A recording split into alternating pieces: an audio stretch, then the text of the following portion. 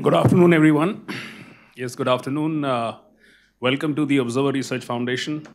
My name is Abhijit Singh. I'm a senior fellow here and I head the Maritime Policy Initiative. At the outset, let me welcome all of you and to say that we've been doing the national security dialogues for over a year now. But I guess this is the first time that we're doing something that's on technology. And as the title is Asymmetric Technologies, and we're very happy to see a fair amount of interest in the subject. We are looking forward to having a great discussion. Now, by way of opening remarks, I'm just going to say that the trigger for the discussion today, as some of you may have guessed, is the recent attacks in Lebanon, the pager and the walkie-talkie attacks carried out by Israel to devastating effect. But in a conceptual sense, this also has to do with what we are seeing happen in the war between Ukraine and Russia, in the way that drones have been used so effectively in that war. And also the Houthi attacks that have been carried out on Saudi infrastructure, on the infrastructure of UAE, as also in the Red Sea and the Indian Ocean. As a maritime person, I would say I personally am interested in the subject because China has been developing a whole fleet of, unmanned surface and underwater vehicles. And they're also working on what's called swarm drones. So from a maritime perspective, swarm drones is something that a lot of us are very keenly watching. So these are some of the things that have led us to the conclusion that we need to discuss this issue in far greater depth than we have so far. For some reason, our focus remains very much on conventional warfighting in the way we talk about cruise missiles and ballistic missiles, but there is certainly even an asymmetric component that is emerging there, as we have seen the Houthis operate in the Red Sea. And therefore, this becomes a conversation of pressing importance. We have a distinguished panel to discuss this issue, and I'm going to just very briefly introduce them to you. Lieutenant General P.J.S. Pannu is the Deputy Chief of the IDS, the Integrated Defense Staff, the former Deputy Chief. He's a distinguished fellow at the USI, sir? Yeah. Distinguished fellow at the USI, and someone that's looked at indigenization very closely. He's a very keen voice on indigenization. So welcome, sir. Welcome to the ORF. Commodore Golaya, retired from the Navy. He led the TDAC, the Technology Development Acceleration Cell in the Navy.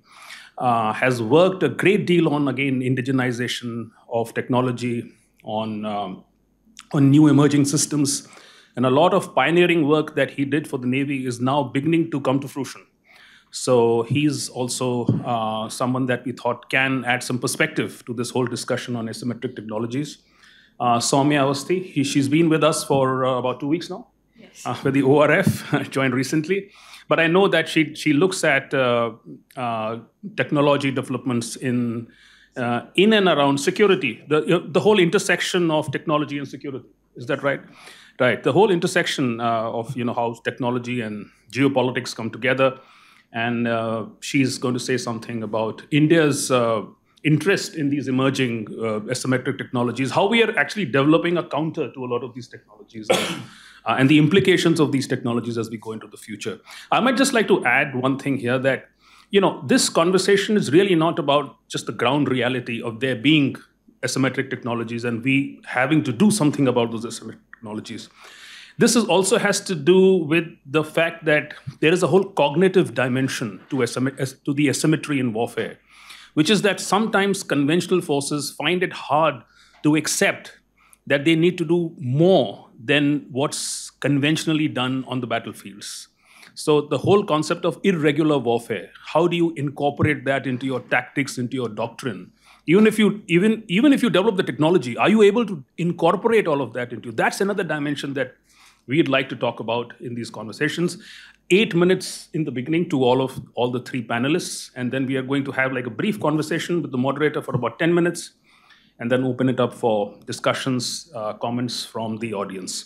And I'd like to start with you, General Pannu. So you've overseen the integration of capabilities, um, tri-service capabilities, and you certainly have some thoughts about how this whole domain of disruptive technologies is developing, how it is reshaping the dynamics on the battlefront, and what implications does this have for us going into the future?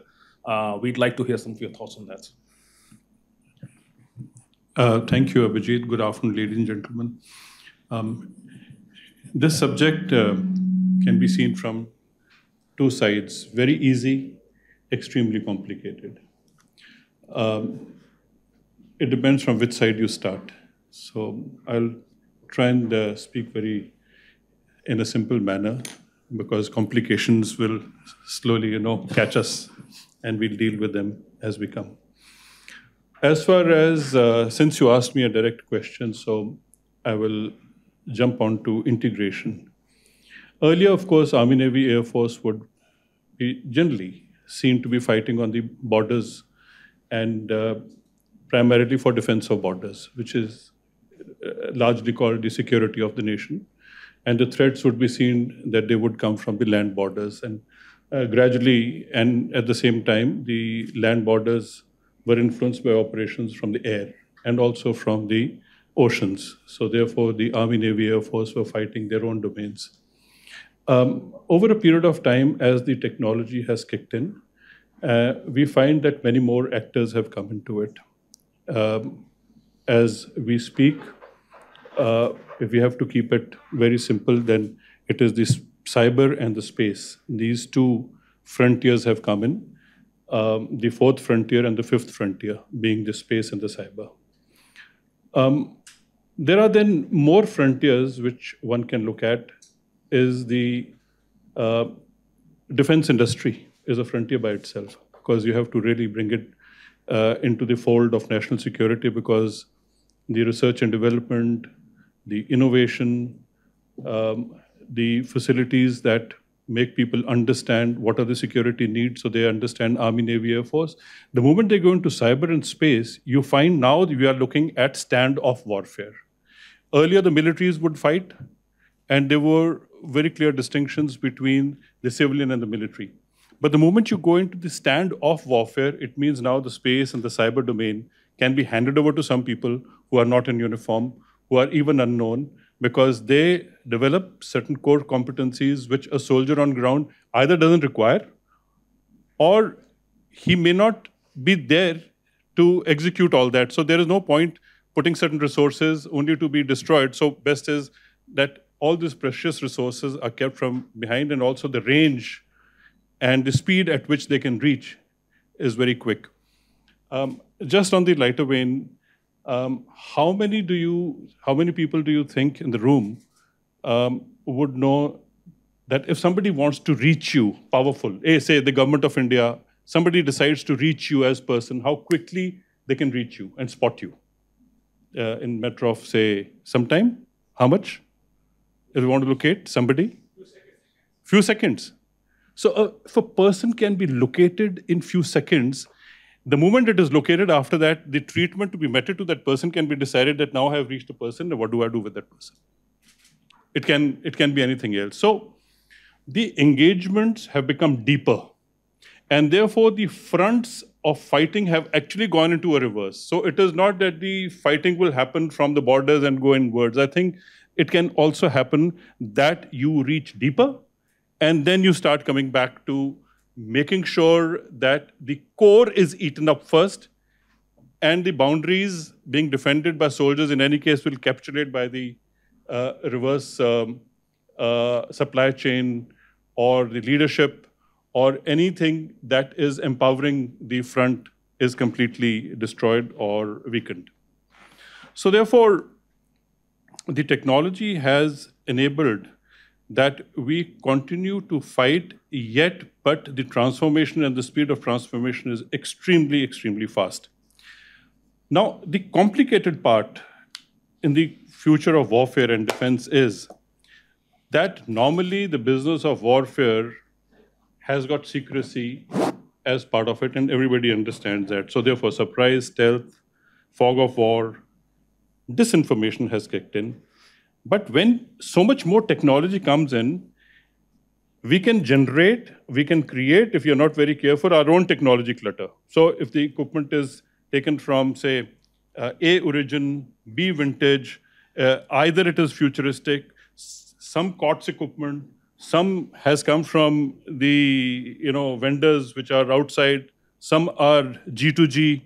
Those kind of things, when put together, how do we integrate them is a very big complication. So therefore, on one side is the surprise, stealth, and fog of war, which is going to create problems. On the other side can be our own technology clutter. And the moment we have all kind of equipment coming in, then there is more aspects to be seen. The failure of the equipment, the fatigue of the equipment, the fratricide, and also how the interference can happen, because if you can reach somebody, then somebody can also reach you. Or if you can reach one person, many people can also reach one person. So therefore, the contest has become very complicated. And the last thing is that if you have created the stand of operational capability, the entire capability can be actually hijacked and the command and control can pass into the hands of the adversary, which is the worst thing. So it means your own assets can be used by somebody else and become a problem. So therefore, the multi-dimension operations, domain operations are going to be continuous threat from the nuclear overhang. The cyber field is going to be weaponized, so cyber weapons are going to come in. The space wars are here to stay. They're already there. You don't understand because the body bags are not seen. It's only when the body bags are seen you feel that there is lack of war, but the space wars are already on. The networks have kicked in. So therefore, all these have to be brought together, and the only way to do this, and more so in a country where we have well-defined borders, is to have a mosaic. And mosaic warfare, where the command and control goes into a distributed decision and support system.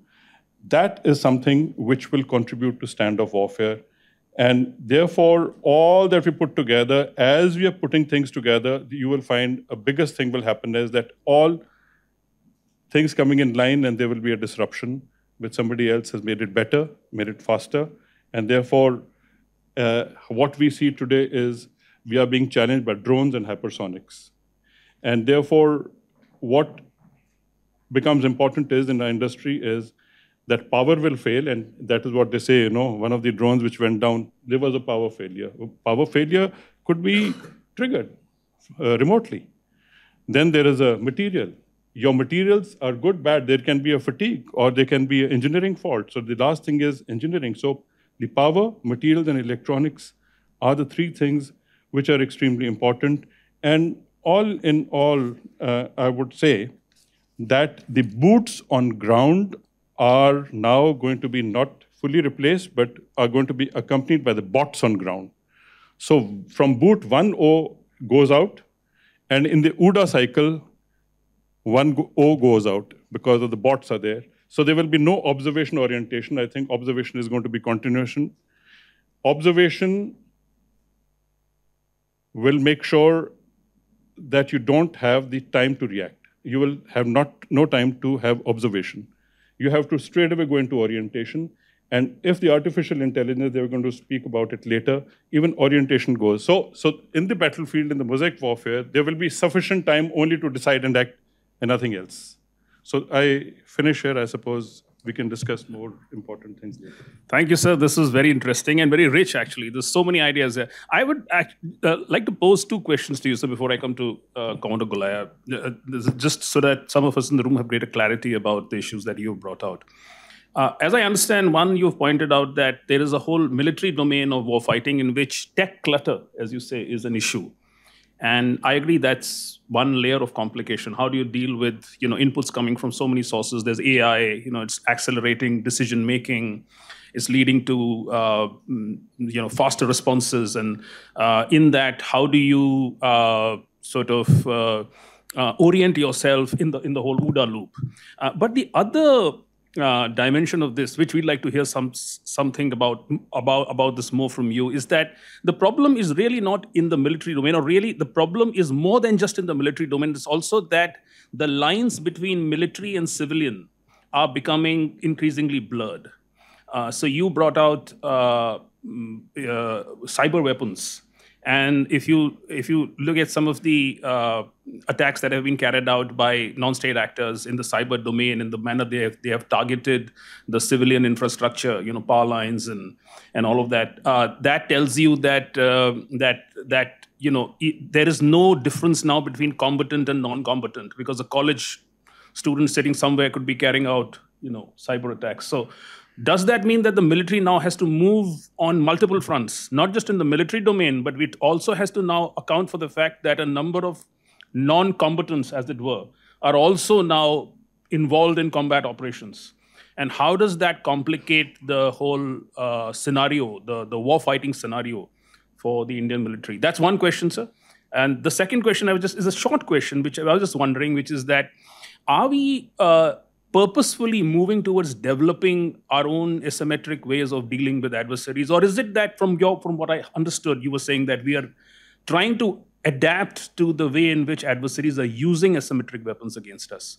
So do we have a more sort of offensive approach to this, in the sense that we also want to be able to create confusion in the minds of the adversary? Or is it that we are simply coming to terms with what the adversary is doing and finding ways to counter them? To keep it simple, the lines between the military and the civilian, that is non-military, certainly have blurred. I think in the civilian domain, earlier, it didn't matter to them. They did not see the border. They did not see the enemy. And I think largely it was felt that some people in uniform are doing a great job, and allow them to do it, and we don't have to really do much about it. So send your children to school and let them become doctors and engineers and professors and earn money, and let them be prosperous their own way. Military doesn't need to be understood, because that was considered to be something very distant. Because the problems are not seen, the wars are not heard or accessed to. But I think today, because of the reach that we are talking about, because of the industry which has given that kind of capability to network individuals, today there is no age or you can say sex or creed, silos. Everything is broken. When everything is broken, then every person is competent to understand. And I think because of the kind of information era that we are in, I think the kind of information that flows between A domain to B domain is so quick and so wholesome sometimes. So if there is a clutter which has to come from one domain, it can actually go into the other domain also very quickly. So I think as far as the awareness and information is concerned, it is equally available to both within a very short time. Second thing is that the influence that the industry and the technology that earlier was only meant to a domain which was seen as a civilian domain, but today, because of the dual use of technology, I think the war as business, if you see, the military-industrial complex, they realized when the DARPA came into being, a lot of innovations were done for the military and very quickly taken and adapted for civilian use. And similarly, if something was produced for a civilian use, were very quickly adopted by the military. So you use the word adapt, but I think when you acquire something, when you acquire a new equipment, or if adversary acquires a new equipment or has a new technology, so you have to first understand that what do you need. So you start adopting new methodologies, new procedures, and once all the new jargon and the new systems get fed into the system, then soldiers to civilians to the nations have to adapt, because they have to get used to that. They have to write doctrines. They have to train the soldiers accordingly. They have to recruit the manpower which is more suitable for the new kind of challenges that emerge. So therefore, I think it is a whole of nation approach. You can't say A ministry will only do A thing, B ministry will do another thing.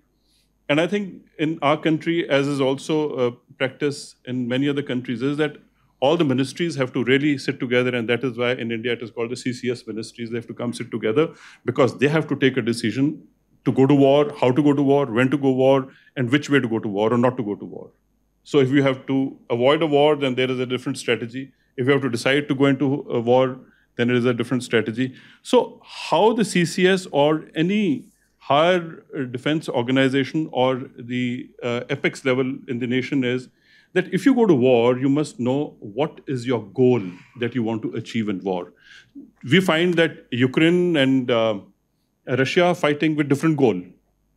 It is not the similar type of goal that Israel, Hamas, and Lebanon is. Their goals are very different. But fighting is fighting. So therefore, if the goals are different, the methodologies are different. In Gulf War I and Gulf War II, the difference is that they could not reach Saddam Hussein in Gulf War I. But in Gulf War II, actually they reached Saddam Hussein and then whole thing changed. But today, I think if we have to reach somebody at the command and control center and knock it off, now what is happening is in the asymmetry that we are talking about, you're very quickly reaching the leader. The kind of assassinations and targeted assassinations which are happening or the state-sponsored assassinations which are happening have become a rule rather than exception. So I think we are understanding the whole thing. Even I think the United Nations, which was actually created to make sure that we don't go into Third World War, I think even United Nations is not fully competent to comprehend how this world is shaping up. I think this world is a very disturbed place today because A, we understand it is a disturbed place today. And secondly, because of the connectivity, it can very quickly go into a very different dimension and the arcs can open out. So earlier, if the same thing had happened in 60s, or if Second World War era, if I go back to, in India, we fought a Second World War only much later. Kohima is the last place where we had some action, which was Second World War. Otherwise, in India, and people in Delhi did not see Second World War. But here now, the television, the kind of media, we all know that there is a war, and we also know the war is not very far. I think the complication that the technology has created is that everybody is now gearing up for war. So you also have a war hysteria, and war hysteria can make us take wrong decisions, and you can jump into war much quicker than otherwise you would be. So I think these are circumstances in which I said one nation, we have to come together, and the blurring of lines has happened. That is very comprehensive. Thank you so much, sir. I'm now going to come to Commodore Goliath. Sir, you've done a lot of work in naval innovations, and from you, we would like to know more about, how you see autonomous systems, artificial intelligence, other disruptive forms of technology that are now coming up, fusion warfare. How does all of that reshape battlefield dynamics as far as the Navy is concerned? And are there any specific technologies that you'd say have particular potential when it comes to naval warfighting? Good afternoon, ladies and gentlemen. And I had 3 points to make. You added one more point which I must discuss. But before I do that, sir, you threw away the 2 O's, one from the boots to bots and one from the OODA loop. So the 2 O's, I'll catch them if you permit. And I disagree. I disagree with the general view, not what you have said. War has always relied on technology. It's not something which is new. I mean, we're talking about Russia and Ukraine, and we're talking about, that one way of seeing it is that a country which does not have a navy has virtually wiped out the entire back-sea fleet. So you say warfare has changed. Let's talk about Russia in 120 years back, the Battle of Tsushima. They traveled for months, and the entire Russian fleet was sunk in a matter of hours. That is the first time electronic warfare had made its presence felt in warfare, right? The Japanese had EW, because of which they could just sink, with much smaller ships, they could sink the entire Russian fleet in a matter of hours. You mentioned about surprise, stealth, fog of war, sir. Surprise, stealth, fog of war, where has it not been there? Let's talk about, let's not talk about, the cyber Trojan horses. The Trojan horse. Oh, it's interesting. Somebody look up the origin of the word cyber and the maritime links and how it... The point is that the best available technology has always been used. Now, of course, the pace of change of technology is changing. Everything is becoming faster. It's getting democratized. Earlier only the very strong nations had access to cutting-edge technology. Now, even non-state actors have it. So the changes which are taking place. But saying that, the warfare has changed, or it has not. you will use whatever is the best available technology. That's one thing which I wanted to say, sir. That I mean, that's something which people. But anyway, let me come to the 3 points which I wanted to make about the Indian startups whom I've been working with for quite some time. And I want to make 3 points here. First is the difference between the NIIO, which I was a part of, the Naval Innovation and Indigenization Organization. There are 2 I's in this: innovation and indigenization. They are interlinked, but they're independent, and more importantly, the skill sets required are very, very different. I'm not saying indigenization. So indigenization is getting something which doesn't exist in India, but is there somewhere in the world, you bring it to India. That's indigenization. Innovation is creating something de novo which doesn't exist anywhere in the world, which means obviously it's got a very strong element of IPR to it, right?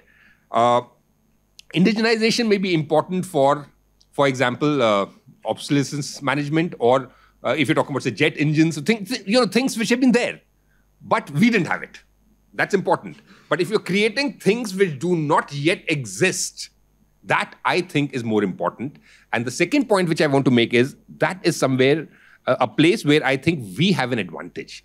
And I'll cover why we have an advantage.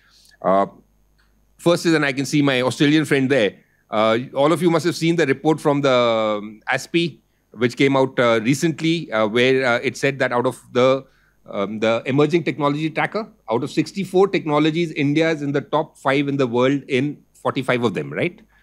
Which places India in the, if you see the number of countries, that is based on the research papers which are being published. 45. And we've jumped from, I think, in 2004 or 5, we were there in top 5 in 4. Now, we are in top 5 in 45. And I don't agree with that research because we aren't there, for example, in small satellites. Now, everything does not result in a publication. Small satellites, I know the amount of work which is going on here. The results will be apparent, but they might not have published because they have a startup and they're working on it. You're all aware what's happening in the space sector. So, but even if you go by the figure which has been published, that out of 45, out of 64, 45, we are in the top 5. And overall, we are behind just US and China. So we are sharing the 3rd place, but we are 3rd, right? These are things which will show results 2 years, 3 years, 4 years, or 5 years from now. So the point I'm trying to make is, one, of course, things are changing, which everybody agrees. Second is, things are changing for India as well. And I mentioned earlier that this is a strength, and I'll tell you why I think it's a strength. Due to a number of, and I keep saying this, and I've got a lot of flack for this, that, you keep repeating the same thing, and I tell people I'm a man of few words, so I repeat them. But jokes apart, I actually believe that, due to a number of historical reasons, we shifted from the agricultural age to the information age without spending sufficient time in the industrial age. Think about it. We were in the agricultural age, colonization, whatever. We shifted now to the information age, or we're shifting. The whole world is shifting, we along with them, to the information age. But we did not get sufficient time in the industrial age to allow our industrial base to develop. What that means is that production was never our plus point. What it also means is that technology transfer, keep talking about TOT, it remains on paper. It remains on paper, and everybody knows how a jet engine works. Everybody knows how a gas turbine works. You tell me to draw a diagram for explaining how a jet engine works, I can do it. Can I make it? I can't. The reason why we could not produce it, due to a number of factors, including, as I said, our ecosystem, our industrial base was not developed enough. Maybe the metallurgy was not advanced enough. So one is, with Make in India, we are catching up there. But more importantly, as the world now transitions into the information age, 2 things are happening.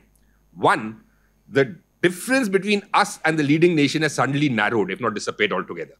Everybody's at the same. The starting line earlier, it was that we are starting here, but somebody's already, in a 100-meter race, 90 meters ahead of us and saying, come on, catch up.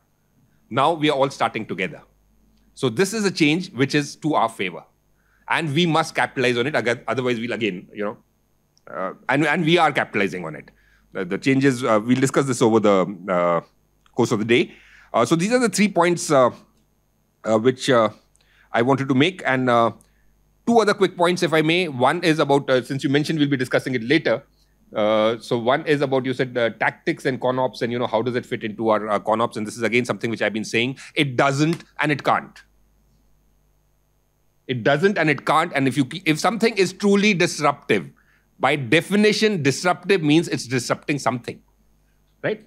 In business models, you're disrupting the competitor. Here, if you're what are you disrupting? So if there's something, okay, let me give a stupid example, but when the machine gun was invented, you do not say, how do we fit the machine gun on top of the horse? The horse cavalry became redundant. Because that was in that age a disruptive technology. When something disruptive comes, the way, and this may seem like a paradox, what I said earlier, that warfare has always remained the same. This may seem like a contradiction, but it's not. It's not, and we can discuss this later. This is not a point which I wanted to make, but since you had mentioned it in your opening remarks, I thought I'll highlight this. And the second thing which I want to highlight is, again, which is a paradox. Easy is difficult, difficult is easy. I'll repeat that, especially when it comes to computers. Easy is difficult, difficult is easy. Finding the 13th root of a 10,000-digit number is difficult for you and me. It is not difficult for a computer, right? Climbing down the stairs is something easy for a 2-year-old. It is difficult for a bot, right? So what we think is easy may be difficult in the emerging age and for AI or for the bots. And this is something which we have to keep in mind. The biggest example, again, if I can give is, have you noticed, and it's very interesting, that the order in which the drones are going is reverse of in which warfare started. You started on land, then you had the naval forces coming up, and then finally, the Air Force is fairly recent, right? It's, I mean, in terms of the history of mankind, it's not even a dog watch. But Air Force is very, very small and very, very recent. But the order was land, sea, air. If you see the drones, it's going the other way around. Most of the drones are aerial, followed by the surface and the subsurface drones, which you mentioned. And land, they haven't made their presence felt to the extent that they have in the other places, right? So I just wanted to highlight this because you mentioned drones. Let's keep it in mind when we are discussing AI and we are discussing cyber. Easy is difficult, difficult is easy. Very, very perceptive remarks. I'm still trying to think about some of the things that Commodore Kula has mentioned. But I'm going to ask you one question. So, I mean, as you were talking, there's so much that I was trying to assimilate and form a sort of a coherent thought about. This easy is difficult, difficult is easy analogy is very interesting. And I actually want to go back to the essence of asymmetric warfare, which actually refers to a weaker opponent developing the tools and identifying chinks in the armor of the superior adversary and then targeting those vulnerabilities. So in a sense that despite not having the adequate means and resources to actually overcome the adversary, still have developed innovative means in which you can take down the adversary. And in that sense, what you say is correct, that technology has always been part of warfare. That is undeniable.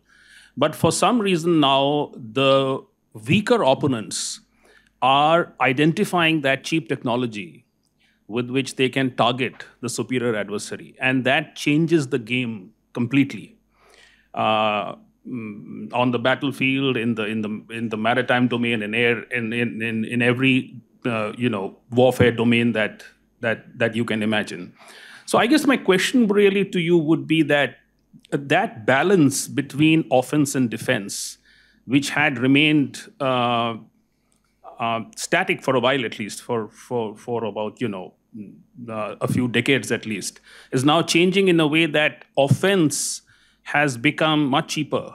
You can buy a cheap drone, some cheap technology, the Turkish drones that are not very expensive. They can be procured by anyone, and you can launch an attack. And defense has become so expensive that all your defensive missiles, your shields are, each missile costs millions of dollars.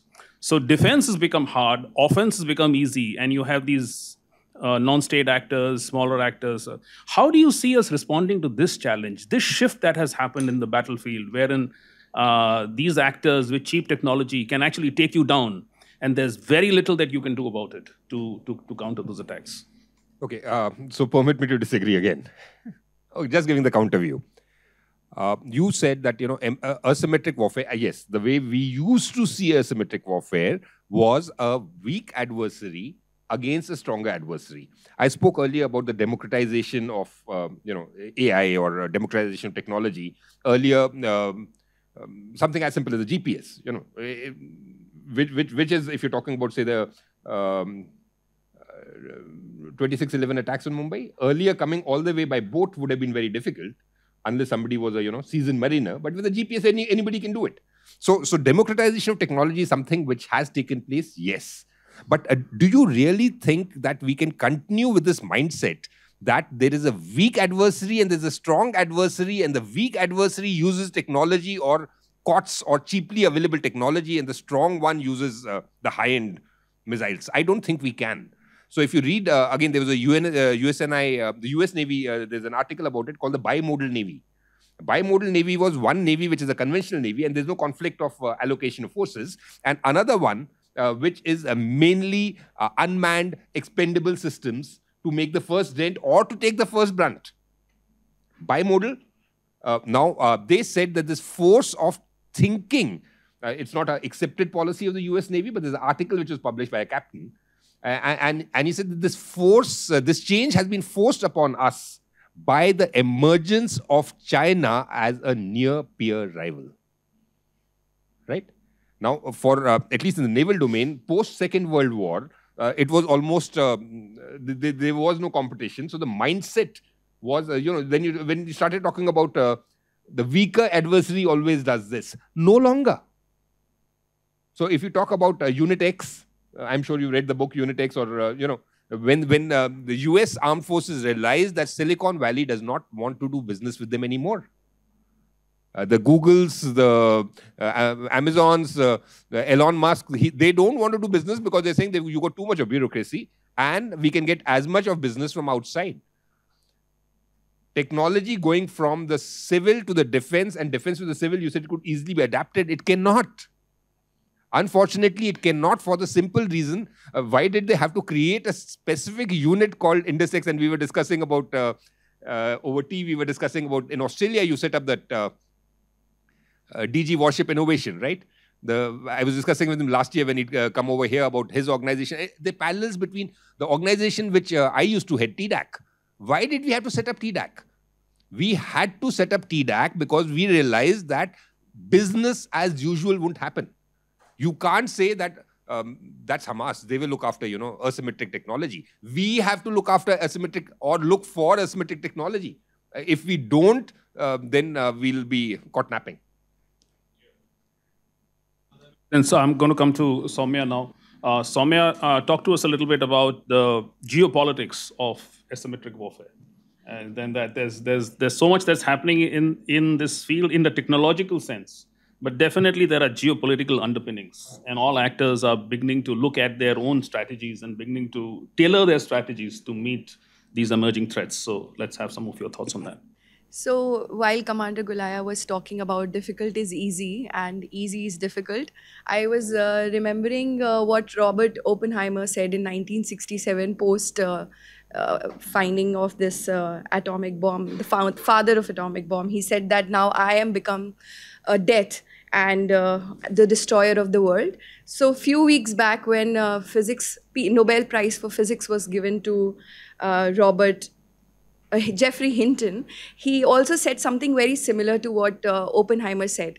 And he said that now we need to worry about the bad consequences of AI.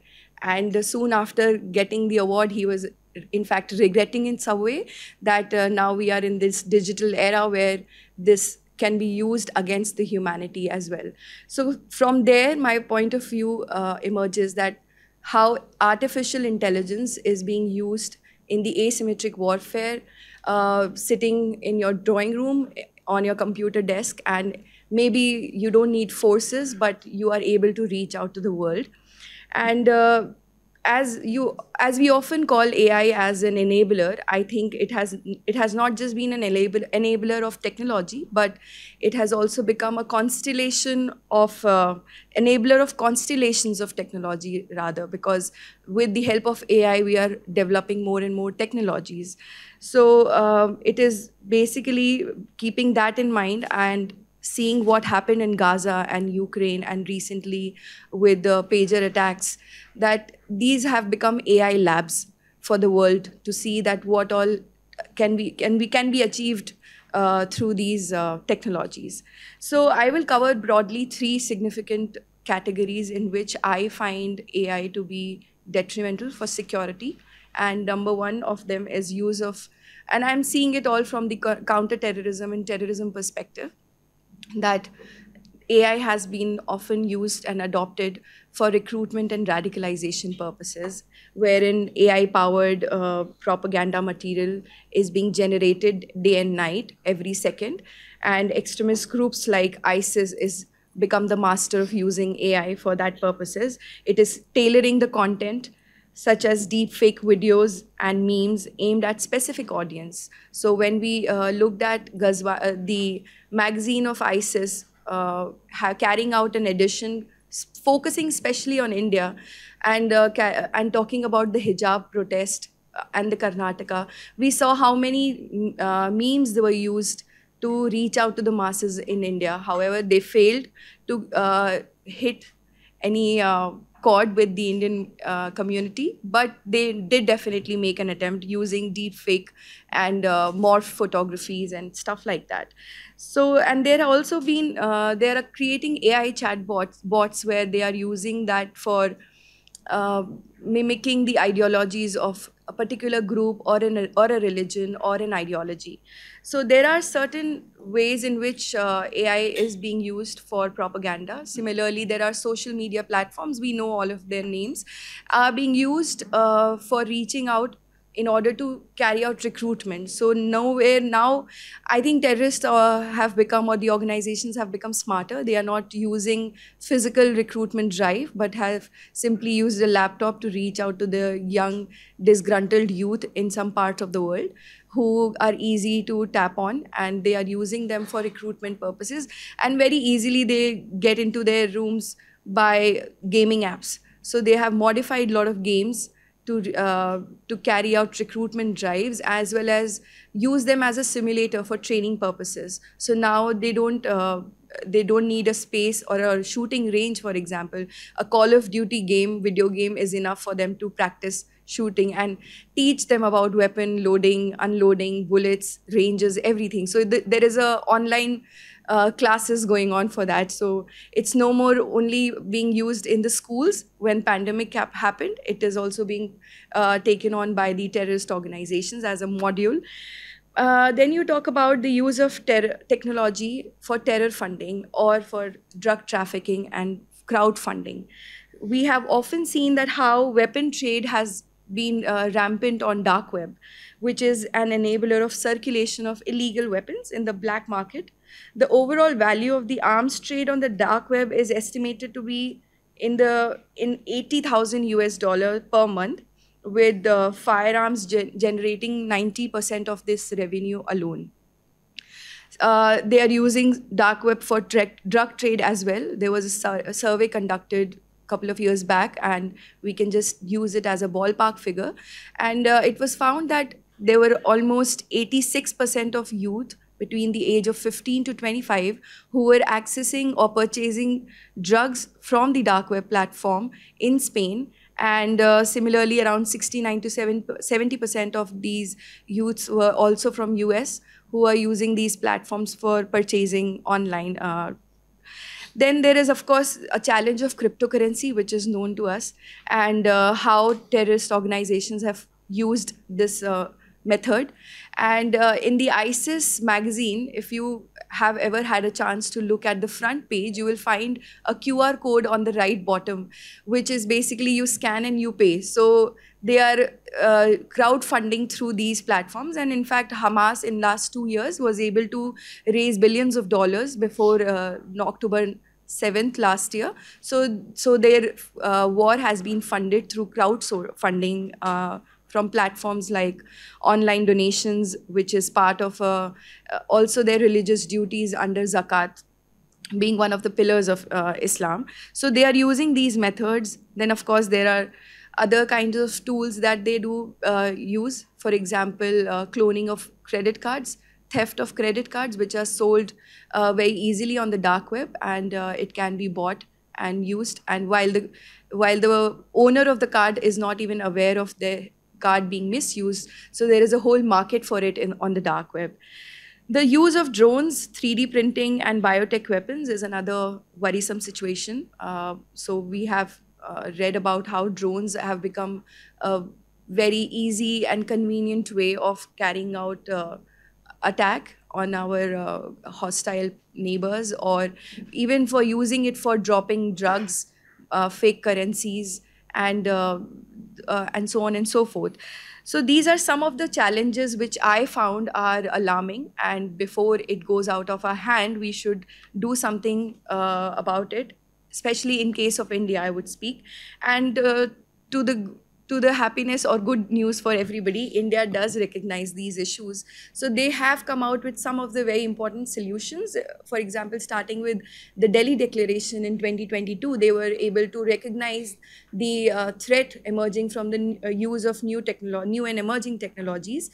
And they talked about how can it be countered. So learning from the UK, this is what I recommend, that learning from the UK model, where they are reaching out on AI literacy drive right from the school level. So maybe we can also borrow some ideas from there and talk about AI literacy at school level, rather than just focusing on developments and innovations in the lab of IITs or ITIs. So maybe these basic steps can also help us. There is also a very important step that India has taken on cloud storage. So we have created our own cloud system and focusing on indigenized cloud system, so that more and more data privacy is ensured. It's not sold into the hands of a hostile country. There are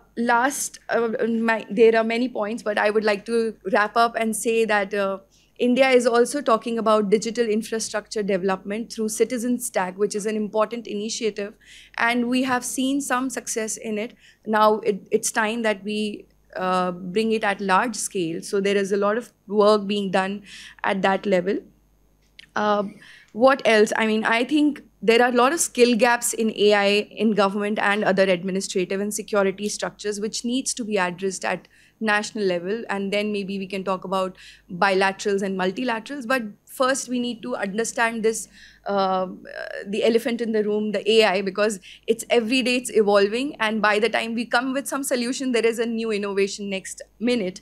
So we need to fill these gaps through skill developments and providing regular training to the officials who are dealing with such critical technologies. So I would like to wrap up with this. Thank you so much. Excellent. That is very, very deep, and a lot of points that you bring out are extremely informative.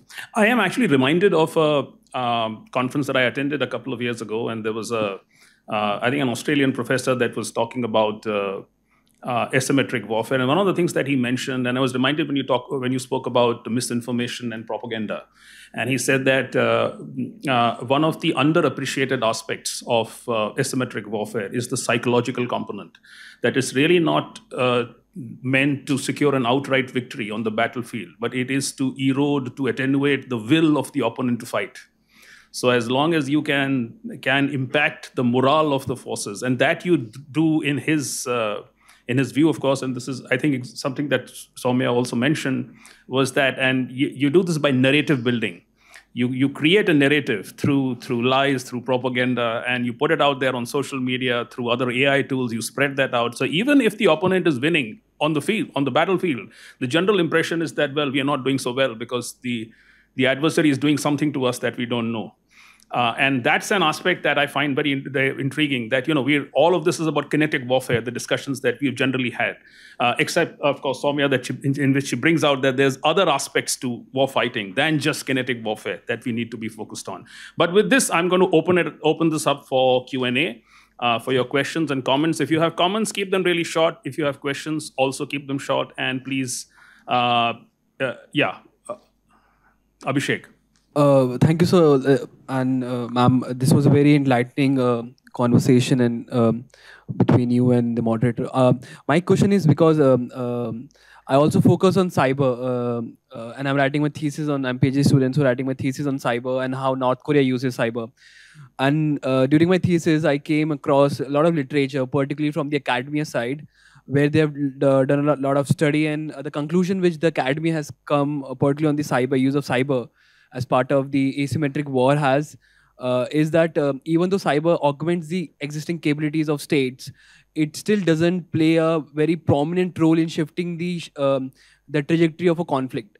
For example, even the Russia-Ukraine war, how cyber were deployed by Russia has not shifted the trajectory, and even the US response to it, with where how big tech companies have helped Ukraine in shifting their data to on cloud computing, and also providing for example, the big tech Microsoft and Amazon. So my question in that sense would be, in that context, how do we judge the impact of these technology in conflicts? Because till now, there's only one cyber case. For example, the use of the Stuxnet attack, where US and Israel kind of used against Iran in 2011 to dismantle their weapons program. Apart from that, nothing has been recognized in the in the cyber community as a cyber weapon. Even, for example, as you mentioned, cyber attacks, we usually use cyber attacks very casually, even for a DDoS attack, for defacing attacks. So my question to conclude, like, how do you assess the impact of these capabilities? Do you see judge them by their impact on shifting the trajectory of warfare? And my second question was, as I mentioned, about the offense-defense balance. Even major countries has recognized that even though the offensive is a very important part of cyber, still defense in long term is more useful for states. Even, for example, take the case of US, for example, their national cybersecurity strategies, which initially started on defensive basis, has simultaneously changed to even adopt offensive posture. But still, their more focus has been on developing defensive capabilities and pushing the private sector particularly. So that would be my two questions. Like, how do you see that? Thank you. Hi, my name is Rahul. Long career in the tech industry, used to work at Google, focused on foreign affairs in the last 5 odd years.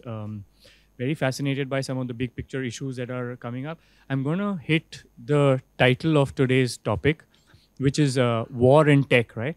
So traditionally, we always looked at tech, and I come from, as I said, from Google during the 2000s, when the internet was considered kind of a gift to mankind.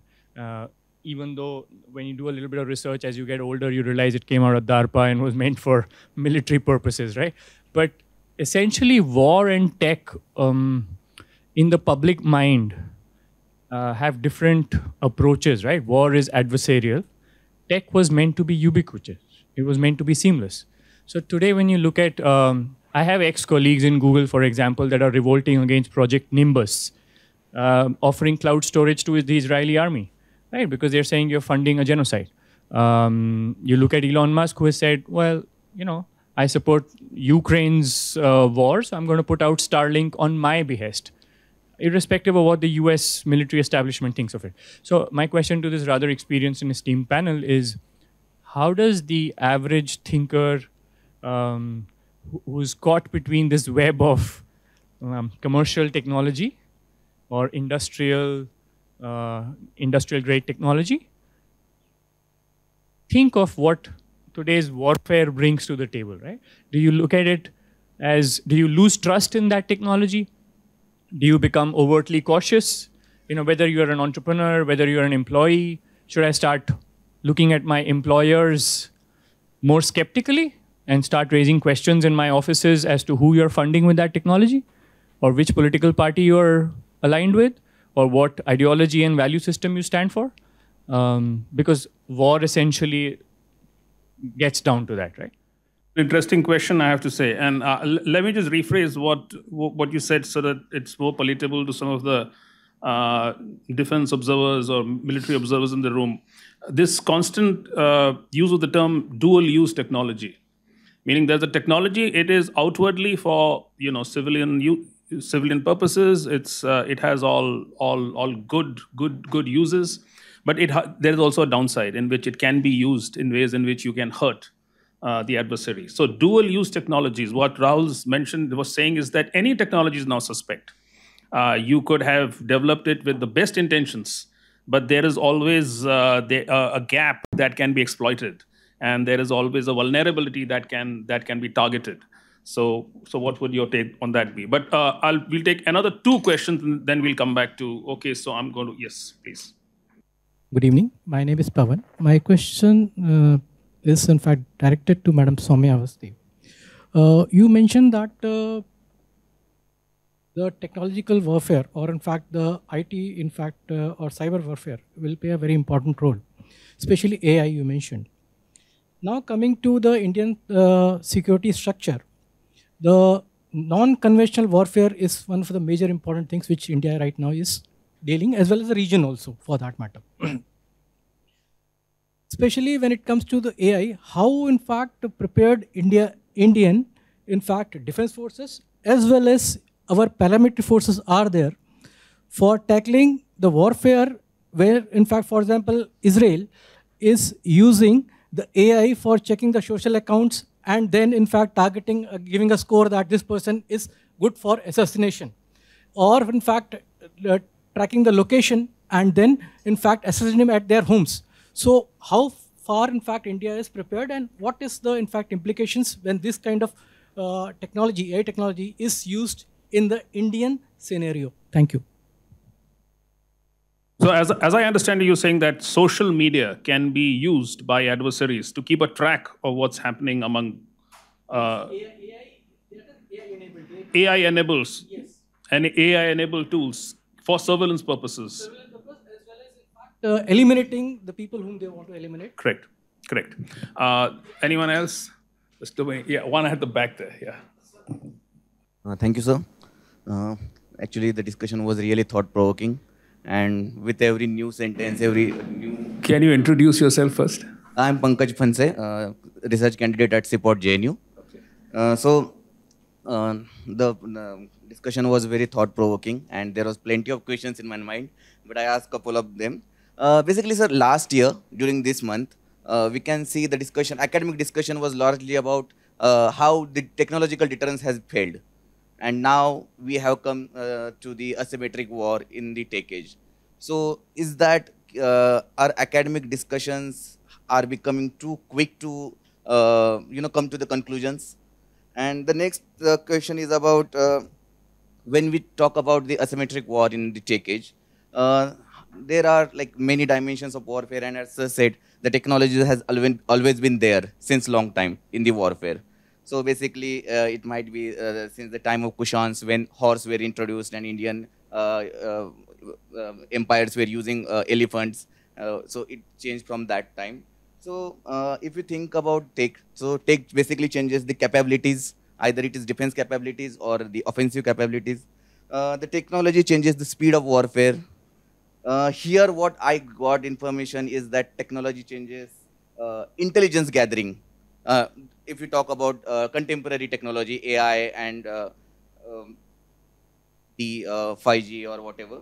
And so basically, if you want to conclude about this, what exactly technology has changed about the nature of warfare? I would like to listen from you. And the last question,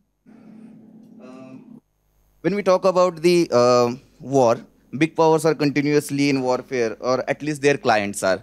Like we have seen US is continuous, and they are testing their technologies in the wars.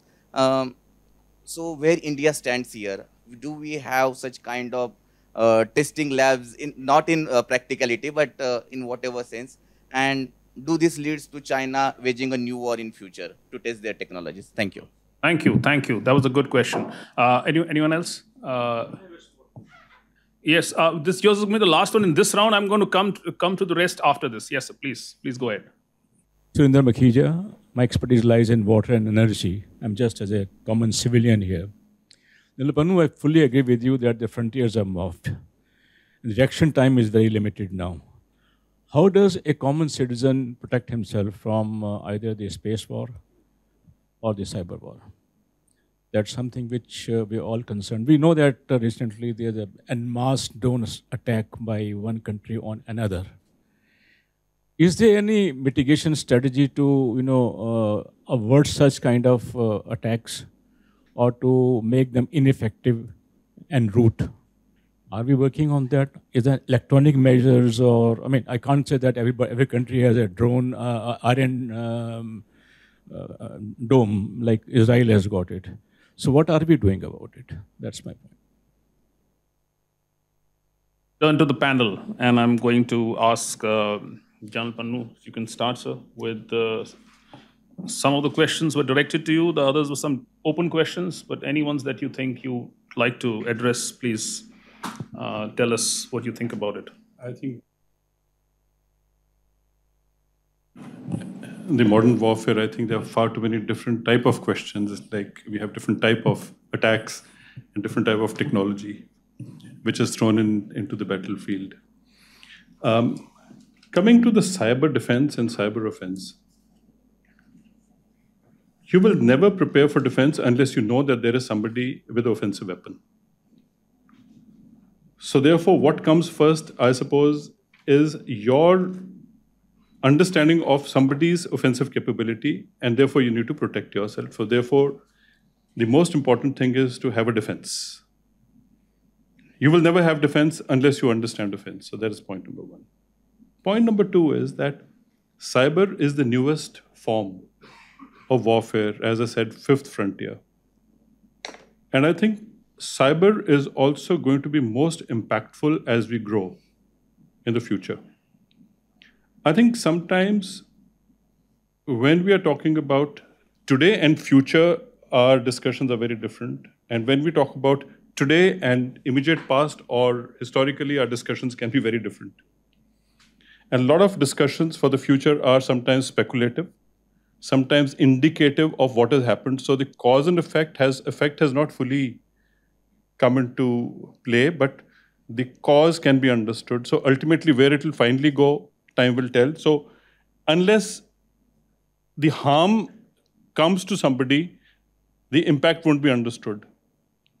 So therefore, when you're talking about the use of cyber and cyber networks, we started with pure networks, communication, and then we started connecting with the higher headquarters where some kind of information and the decision went up and down.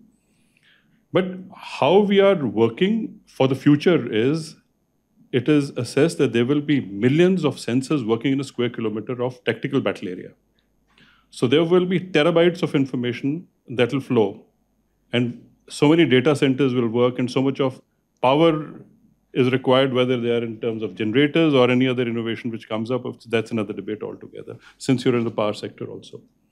So therefore, when you talk about the networks and the cyber domain, I would, to explain, the role of civilians and later the industry, is that one is Internet of Things is going to be adapted, and slowly it is being brought to the military use. So in the tactical battle area, I would say it is Internet of Battle Things, where there's a physicality of equipment, where the cyber control is there. There is a digital process. There is some cyber physical thing which is happening, and then the weapons are firing either autonomously or semi-autonomous way. So therefore, for a certain area which is either in a describable geography or in the command and control structure, where there is a direct influence in the battlefield, all that will work along with the computers and the cyber networks will be the Internet of Battle Things. What will happen nationwide to support the battle would be Internet of Military Things. The supply chain coming, the casualty evacuation happening, largely what is happening beyond the battle, but supportive of the battle will be Internet of Military Things. But I think both of them put together have to have a cyber shield. You just can't have a firewall. You can't have, that, okay, I will only isolate.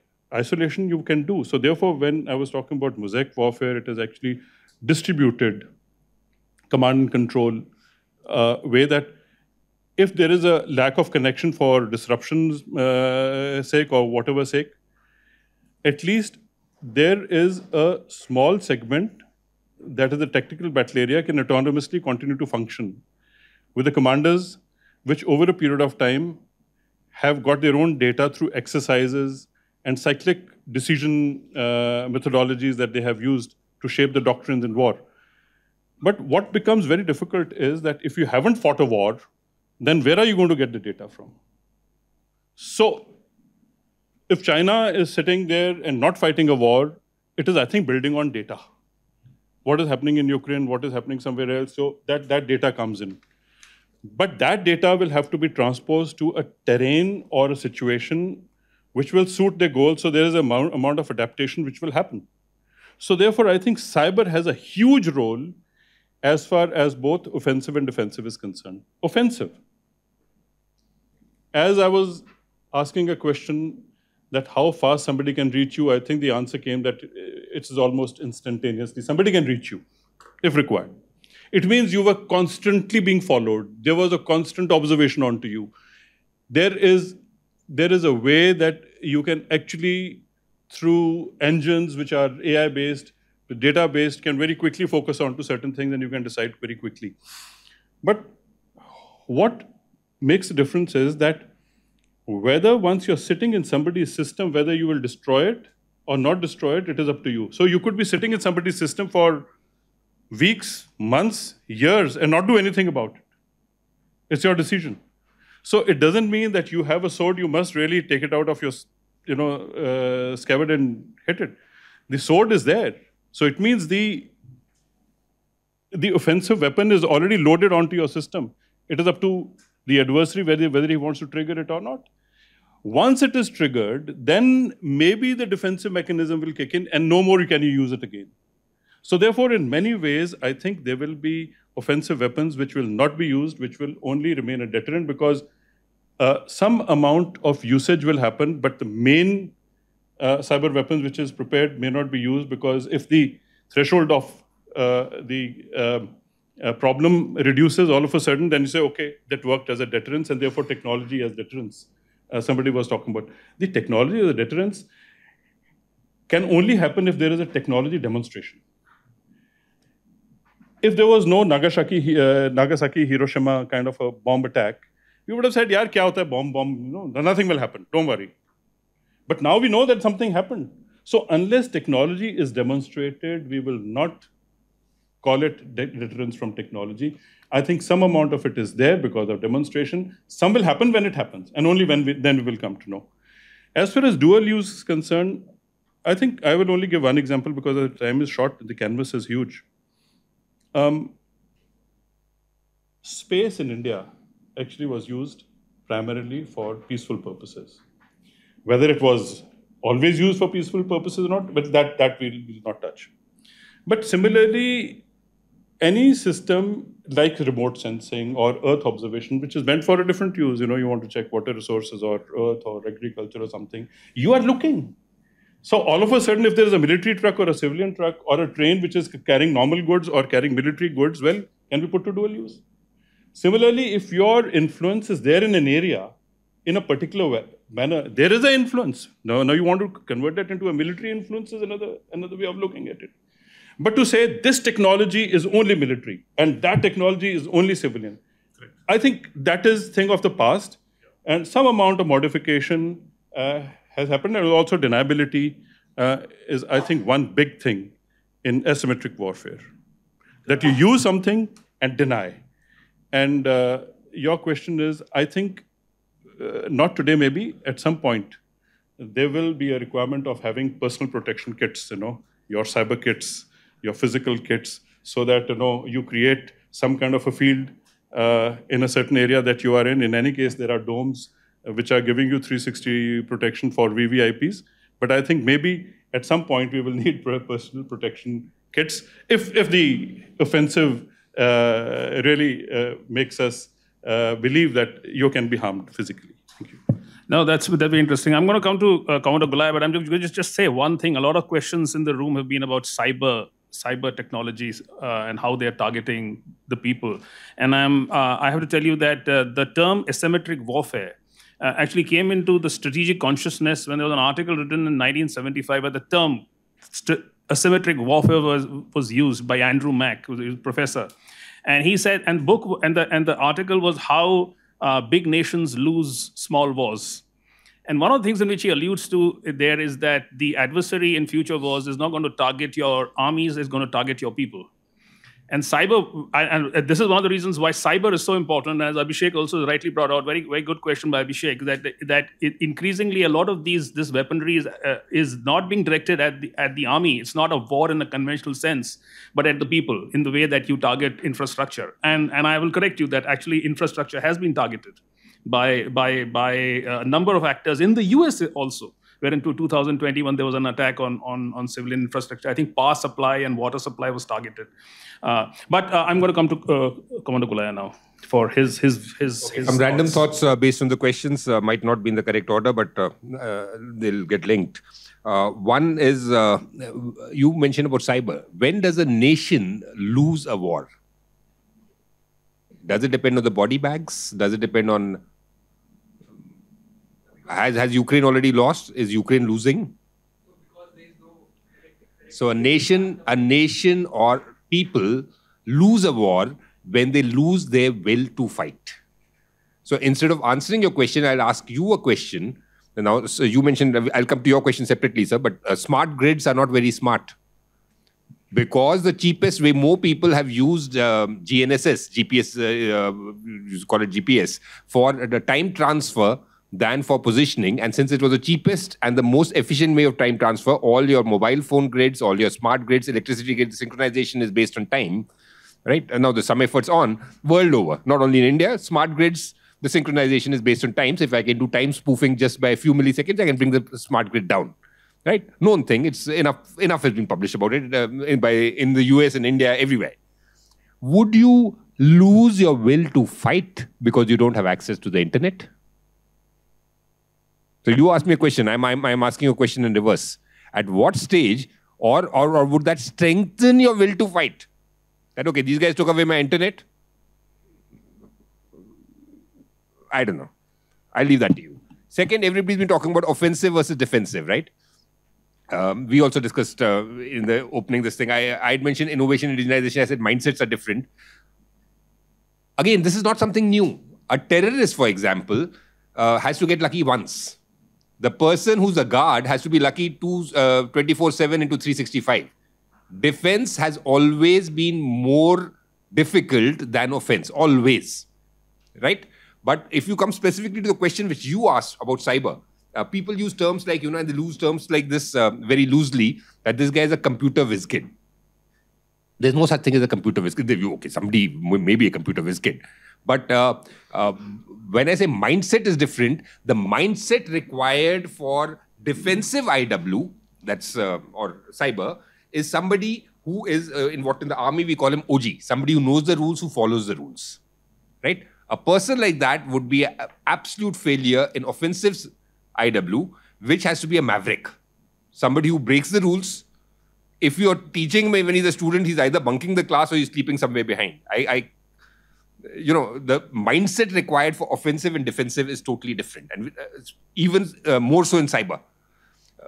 Innovation and indigenization. Indigenization, you need somebody who knows the rules, who follows the rules. Innovation, you need somebody who's a maverick. So I just wanted to bring that out. It's not well understood. I'm an academic somewhat myself, though. I'm a PhD and I do write. But the problem with academics when it comes to, because you quoted the academic this thing, when I say academics, I've got nothing against academics per se. But the problem with, when it comes to cyber, when it comes to technology, the problem with not only academics, but academics as a subject. You go to the best of the IITs. What will happen is that something which is being taught, it takes a finite amount of time to make the syllabus, have the board of study, and I'm in the board of study of a few institutions without naming them, but it takes a finite amount of time to say that, okay, this change has happened. We need to start teaching people on this. And then you get the syllabus approved. Then introduce the syllabus. Trust me, by that time it's outdated. Okay? So if you find the cutting edge work, it's mostly being done by people who are self-taught kids, literally kids. And I'm coming to the Google question next. Nerds, high school dropouts. That is where the days where you needed the big four to make a difference and to alter the course of war are gone. One small startup with a big idea can change the world. One man, somebody gave the example of Elon Musk making it available. Now, coming next to the Google question, not the first time.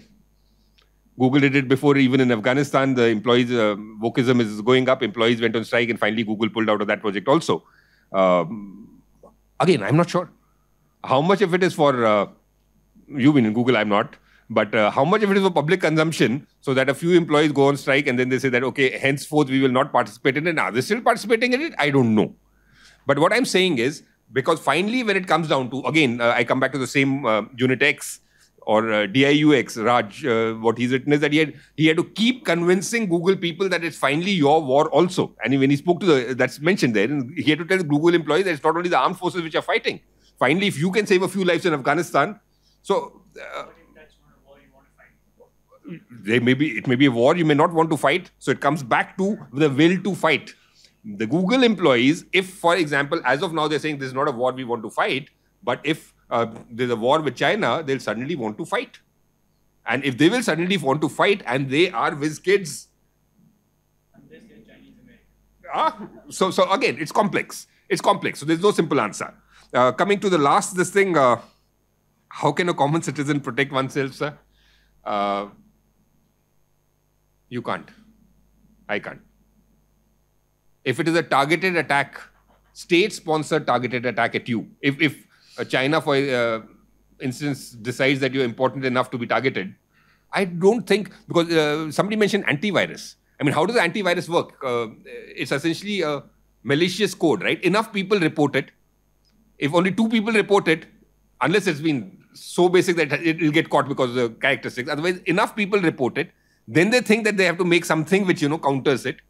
And it'll be released after a few weeks, days, months, whatever, depending on what you're using. If I'm targeting you, right? One, you will not even get to know. There are enough studies about this that people get to know that they were being targeted. So targeted attacks, almost impossible. Nothing will work.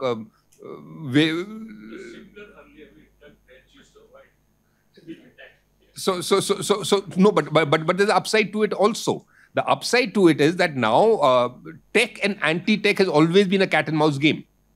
This will come up, something else will come up. Then there'll be something to counter that, there's something to counter that. But saying that if it is a state-sponsored targeted attack against you, how do you defend yourself? I would say either you switch off everything when they've achieved the aim already, but bottom line would be that tech, anti-tech, cat and mouse game will continue.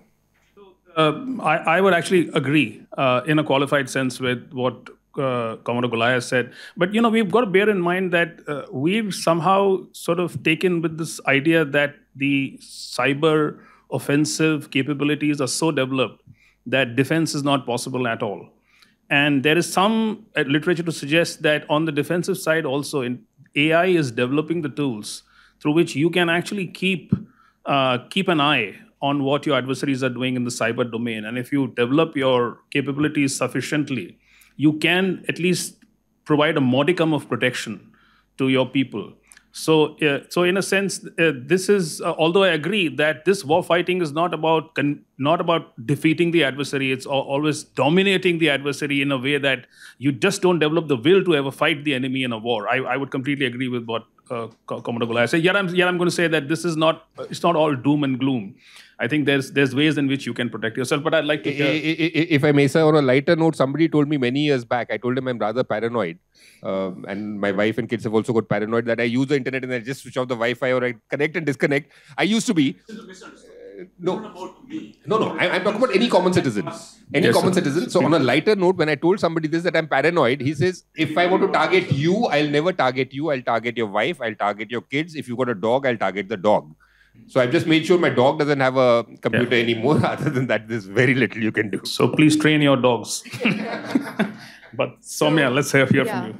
I think there is a famous thing, Savdhan Rahe, Satark Rahe. So that is the way you can save yourself from the digital attack. But coming to the question asked to me directly, what India has been doing on AI and surveillance, I think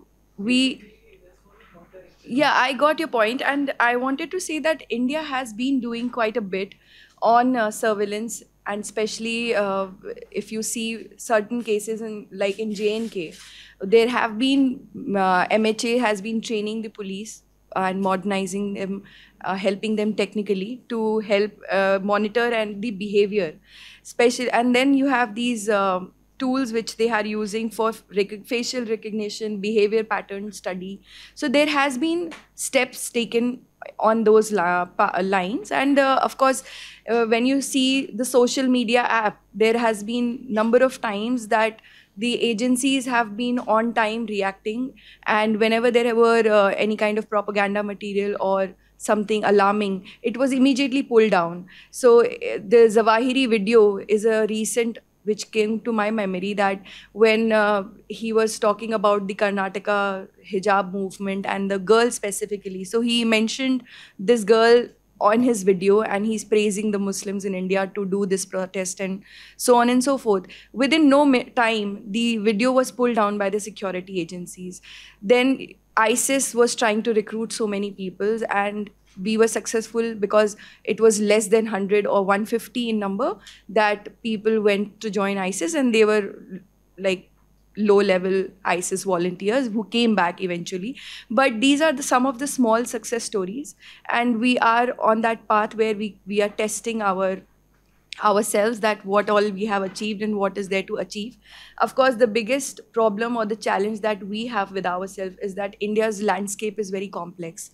We cannot, today if I tell you to share your personal data for us to monitor and study, you will be hesitant and rather shout at the agencies that why do you want? So we are very clingy to our privacy, and which is but natural and obvious. So there is a privacy paradox which continues to exist. There are multiple cultures and society which we live in. So there are things like that. And when you come to technical drawback, then the skill is not enough. And we are working on developing these skills through various modules. And so it has all shades of gray everywhere. But I think we have some good stories to hold on to. Yeah, I mean, you asked a specific question on armed forces. I think I'll leave it to General Pannu for answering, and I'm not the right person to talk how much armed forces is trained. But I know that Army is also doing a lot of innovations in their innovation cell. The generator which General Pannu mentioned is being inducted in the Indian Army, and it's another way of saving a lot of money and using AI methods to charge our generators which are on high alti. And there are also recognition tools which are being used in J&K LAC fencing to recognize people who are crossing the border. So there is a lot which is going on and a lot of things to do as well. Thank you. Really, we are out of time now. I would have liked to have another round of questions, but I think we are going to carry this forward to the room that's adjacent. As you have tea, you can pose your questions to the panelists. I'm going to only end by saying that it seems to me, after listening to all of the panelists, that this domain of tech war is quite complicated. And the future really, I think, is really going to be about fighting wars in the gray zone, that zone between war and peace, that zone in which there's combatants and there's also non-combatants who are involved in combat. And increasingly, you will find that the threshold of conflict or full-scale war is not crossed, and yet two nations or two entities, if not two nations, are at war, or in some way subtle war. It's going to be hard, but I suppose we are going to have to rethink warfare. We're going to have to come up with new techniques, new practices, new doctrines to be able to tackle this challenge. But as the three panelists have pointed out, this is not going to be easy. There's going to be a lot of rethinking and reconsideration on our parts to come up with new ways of defining the rules of war. And I'm going to stop here. And thank you once again for coming. May I invite you after this for a cup of tea in the room adjacent. Thanks once again to the panelists. May I ask you to put your hands together for the panelists and thank them.